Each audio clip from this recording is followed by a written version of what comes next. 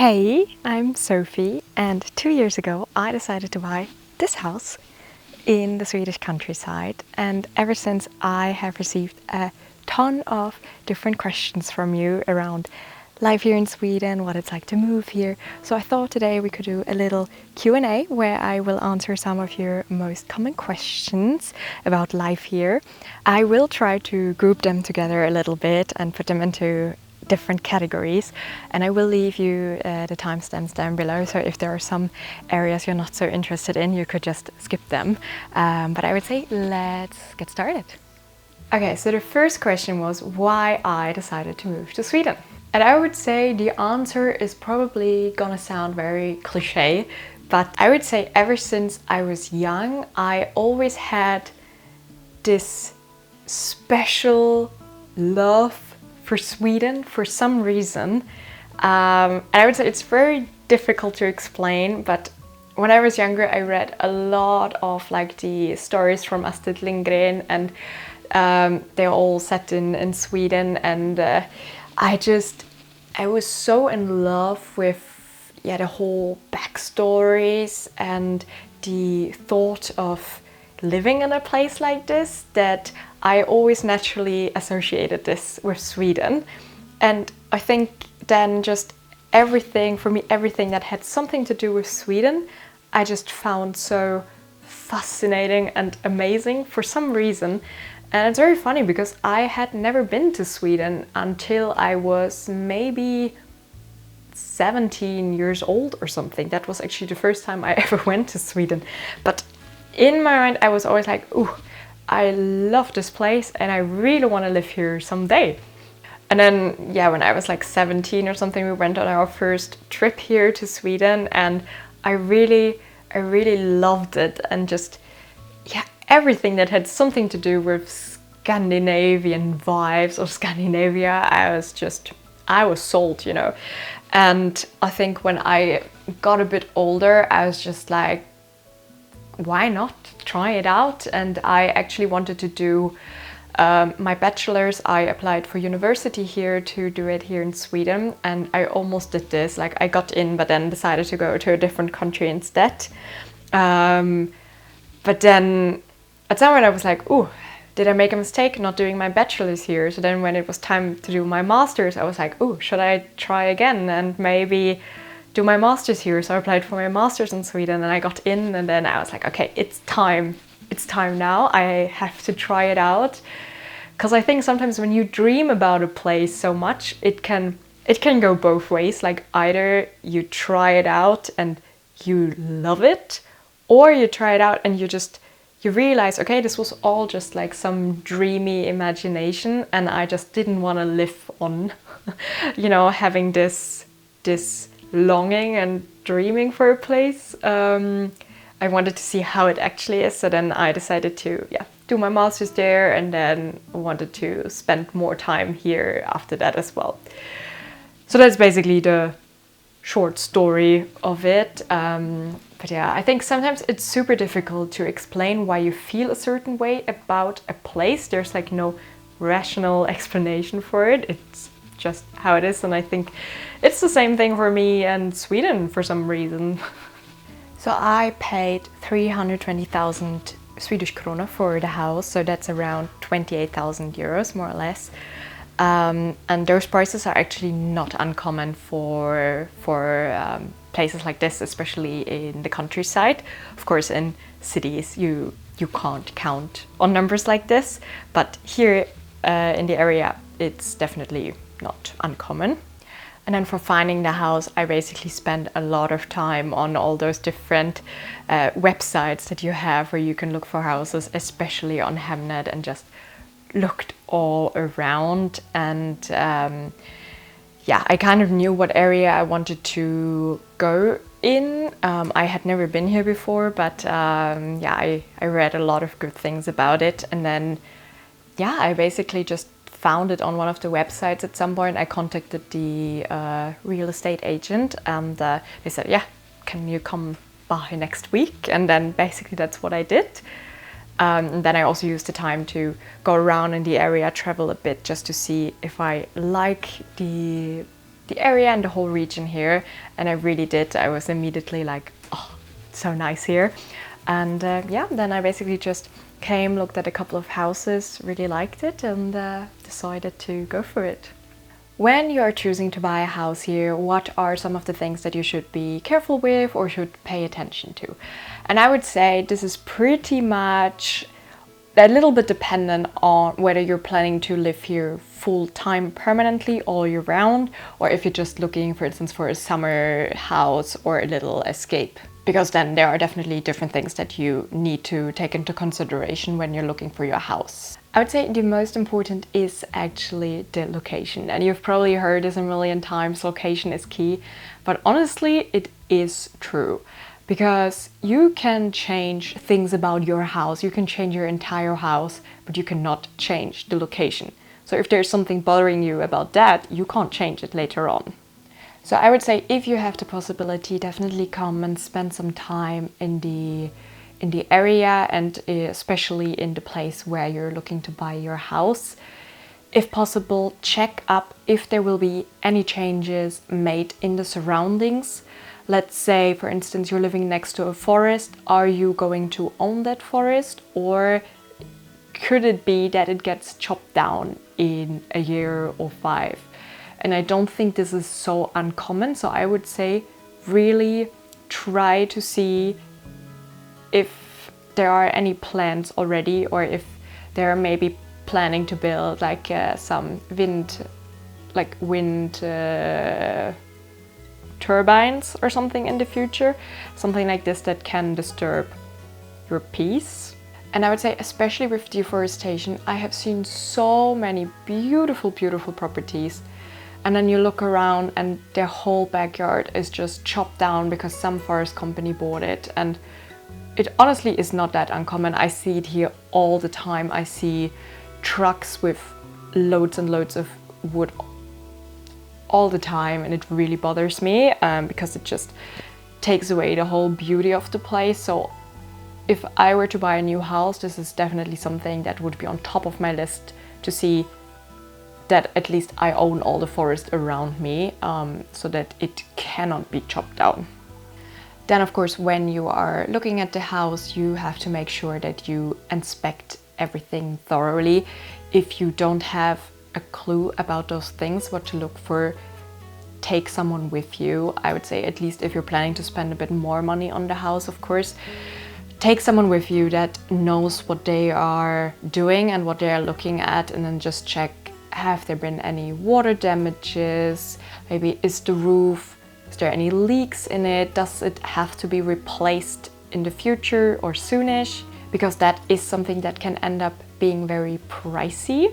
Then, is there any mold in the house that you can see? Maybe especially in the basement, this can often be the case. Then how about the windows? Are they maybe very simple or double glazed? Will you need to make changes about them in the future, especially if you plan to live there during winter? Or is it insulated? So especially if you also plan to live there during winter, so there's a whole bunch of different things you need to pay attention to. And also, if the house is close to a road, how busy does the road get? And I think also for me in the future, this would be something I would be paying a lot of attention to. And I think I would literally stay with a chair next to the road and just check it overall, how much traffic is on that road. I would say usually if you're like on a smaller dirt road, you probably don't have this issue so much. But if it's like asphalt, there can be a lot of traffic on it, and this could definitely disturb you in the future, or also in that moment. And even if there is not that much traffic while you're viewing the house, I would still check up on it a couple of times maybe before. And then maybe some other things also, how much daylight do you get into the house? How does the house appear on like a rainy, gloomy day? I would just observe this a little bit. Of course, you're not always able to see this while you're viewing the house, but you could always ask for several viewings on like several times, just to see maybe on a sunny day and on a rainy day, just to get a little bit of an impression. Then I would also say, if possible, check how the neighborhood is and how your neighbors are, because neighbors can make or break your experience in a place. Of course, this is also a bit difficult because someone can also appear nice and then just turns out to be a complete nightmare a while, like, you know, some time in. But I think it's always a good starting point to just ask the previous owner how their experience was, like take a walk around in the neighborhood. Maybe you run into some people and you can always just ask around a bit and just get a little bit of a feeling for it, because I think, you know, if you end up having a horrible evil neighbor for some reason, this would really destroy your whole experience. So those are of course just some of the things I would pay attention to, but I think to me, like, those would probably be the most important things. As I said, if you don't know what you're looking at, get someone with you who has a clue. But I would always keep in mind a bit, like, things can be changed in the house, you know, location can't. So, yeah. How far am I away from cities, from shops and all of like the cultural offering? So first off, my closest city/town is about 20-25 minutes driving away. So there we basically have all the supermarkets and shops that we need for like daily usage.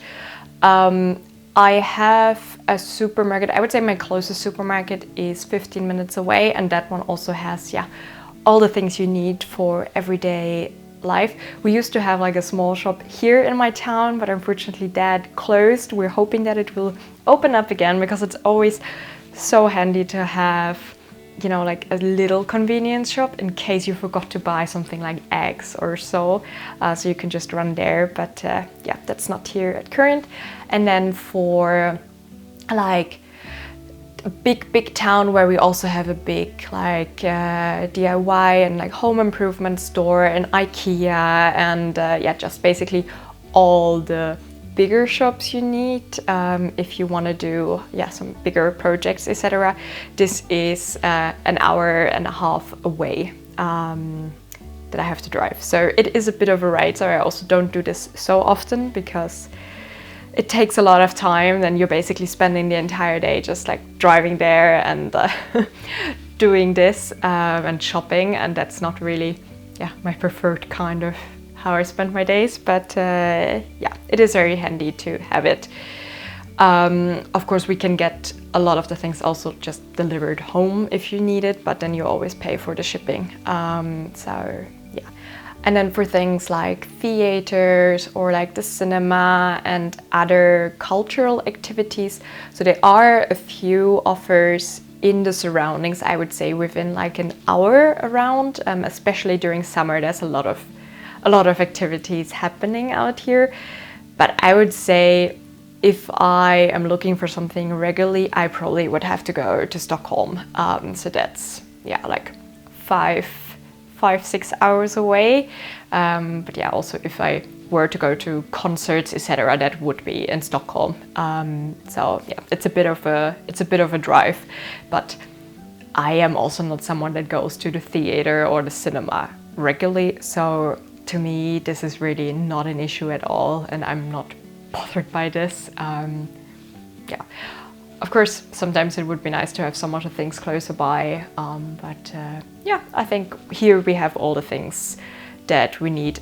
I'm actually more of a cute cafe girl, so we have some of those around, so I'm happy. And when you're moving to a new country or a new area, of course it's also super important to get involved with the local community, and you have to try to meet people, and this can be very difficult when you're basically starting from zero again. I feel like this is a lot easier when you go to school somewhere, or maybe to university, or you work, because then you have people around you all the time, and I think then it's a lot easier to get into the community. So I also received a couple of questions around this, how to best meet people and etc. So I thought I could also touch up on this a little bit. So I basically moved up here without knowing a single person. I knew myself and that was sufficient. But I would say I was actually very lucky because here in Sollefteå at that time when I had just moved here, they did we had an event called Go Sollefteå together with a YouTuber that is here in the area, Kalle. And through that I signed up for it because basically the main point was to get people to come here and explore the area and see if they want to move here, because they would love to have more people live up here in that part. And I was super happy that I managed to get a spot, and it was so helpful to meet people from the municipality and also just in general people that are interested in moving here. And I would say since then a lot of those people that were at this event have actually also moved here. So I basically from the beginning had a little group of people that I could meet up with and exchange about things. So that was extremely helpful. I know this is, I was in a very lucky position here because this is not, how it will always be. But I think the most important thing is just to go out and go to different events if you see that they are offered. I would say in a lot of Swedish towns and cities, especially during the summertime, there's a lot of activities offered, and I would say just go there. And it is very difficult, especially when you're, for instance, alone and you have to go somewhere alone. I noticed in the beginning it took me a lot of courage to actually do things alone. It's a lot easier when you have your partner with you or a friend, but I think it is so helpful. And you just never know who you might run into that day or who you meet, and perhaps they will, become a nice acquaintance of you. Then I think also most of Swedish towns actually have a Facebook group, either where people are just selling stuff or they keep people updated about what's happening in the area. And I think that's also a good starting point when, for instance, the town is organizing something like small get-togethers. For instance, in the town that I live in, we try to do to organize those things kind of at least once a month, where just everyone gets together and we have a nice little barbecue at the beach or things like this, where you can exchange with people. And I think also for me, I love to buy everything secondhand, and I think that also helps a little bit when then you're looking at Facebook Marketplace and you see something is for sale in the area, or some people give away stuff, and you just go there and you pick it up and you start a conversation, and they're like, oh, you also live here? Yeah, nice. I think that can also be very helpful.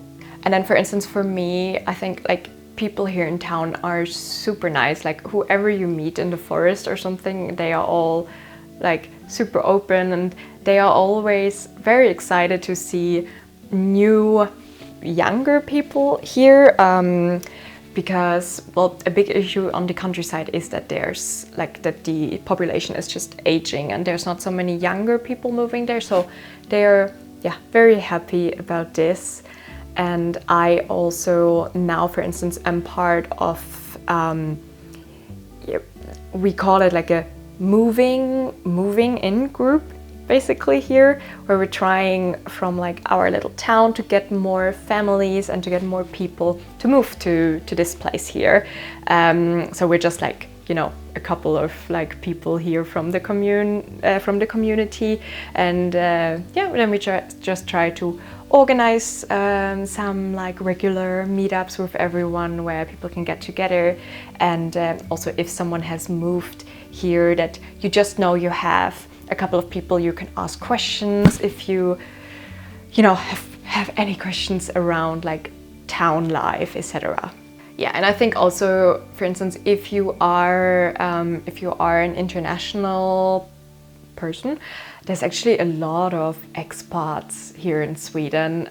So also, if you ever feel like you want to exchange more with people that also moved here, and maybe, you know, if you are facing some issues and you just want to get some advice, etc., I think if you ask around, and I also feel like social media is very helpful in this regard, you will meet a lot of people like this. And then, yeah, I would just use, you know, like the get-togethers from towns and cities and like smaller events, just to meet more of the local people that are there. And as I said, it is difficult. In the beginning, it definitely takes some courage to go and talk to strangers and new people, but if you don't put yourself out there and you don't try, you won't meet any people. So I think this is something you just need to do, and this will also not happen overnight. You will not meet those people. You know, you won't have a community within the first week of being here. It is something that takes time.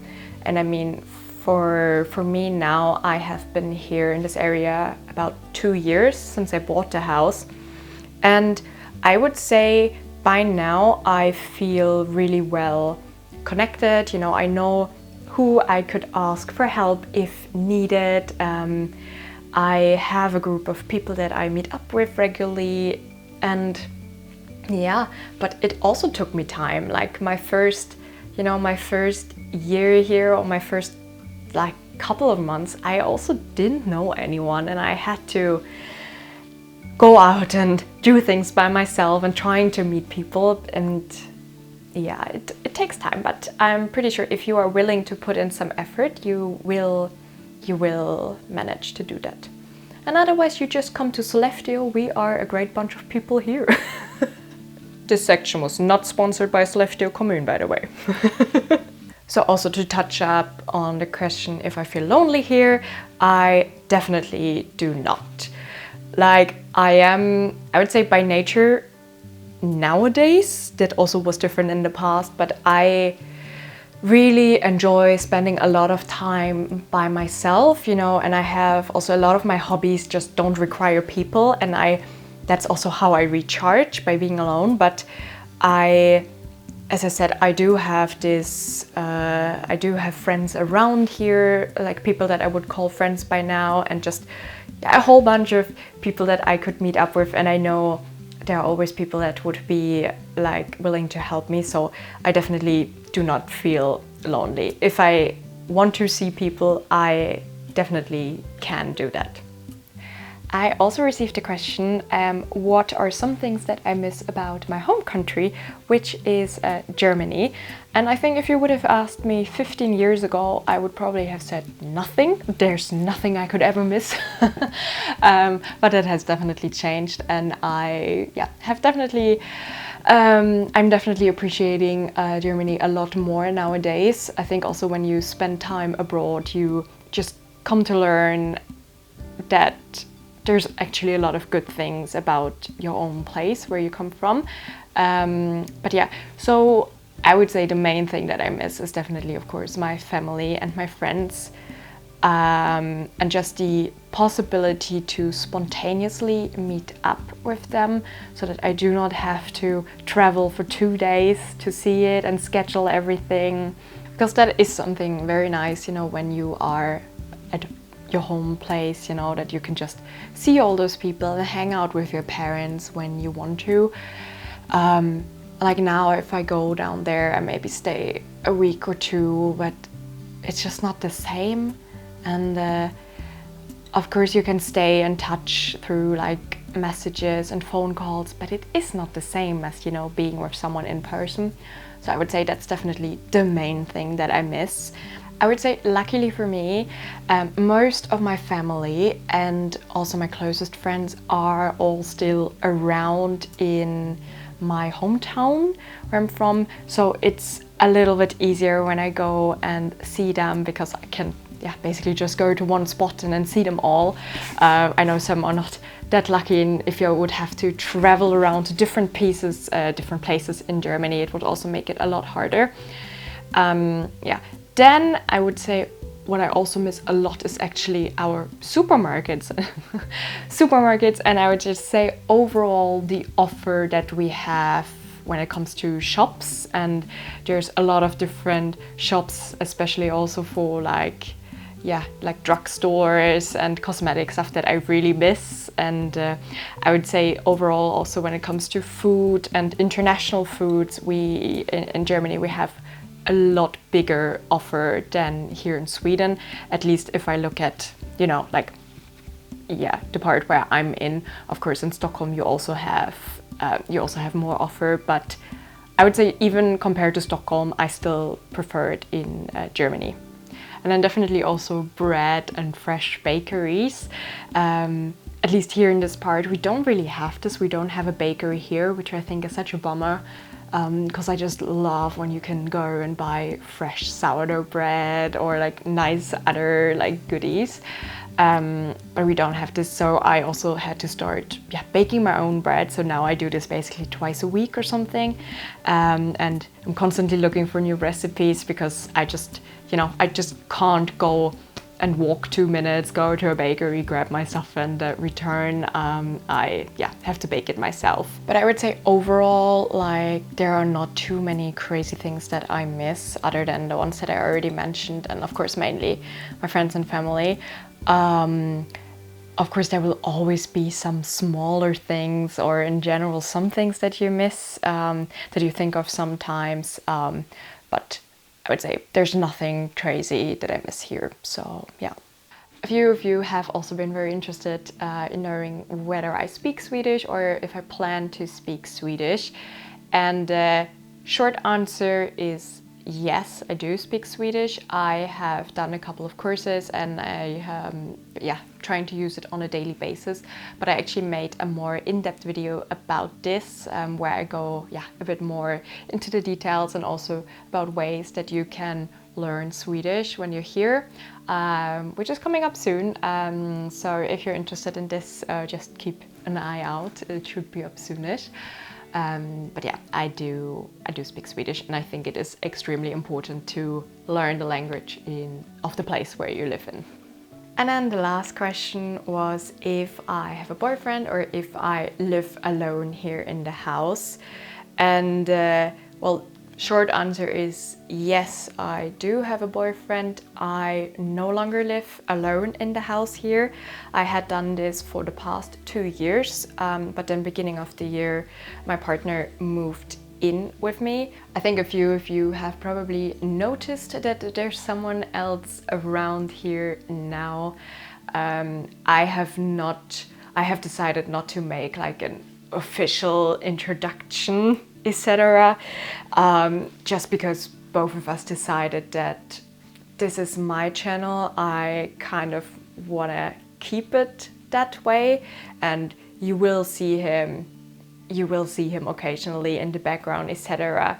But I'm not gonna make him a big active part of this channel, if that makes sense. And I think we've just both decided that this is what we want, at least at this stage. You know, things can always evolve, etc. But that's just how it is. So there is someone.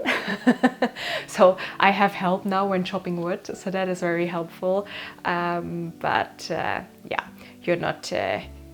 we're not gonna do whole interview sections, etc. together here. That is not planned. And with that question, we're also now at the end of our little Q&A video. I hope there were maybe some questions that were interesting for you, and I hope I could answer all of them. I tried to include all the questions I received, but yeah, let me know if there were any that you were missing, or if you would like me to do more videos in this format in the future. I'm always happy to answer all your questions that you have, so just let me know down in the comments maybe if you would like to see more of those in the future, and then happy to do those. And now I would say goodbye, and I will see you very soon. Bye bye.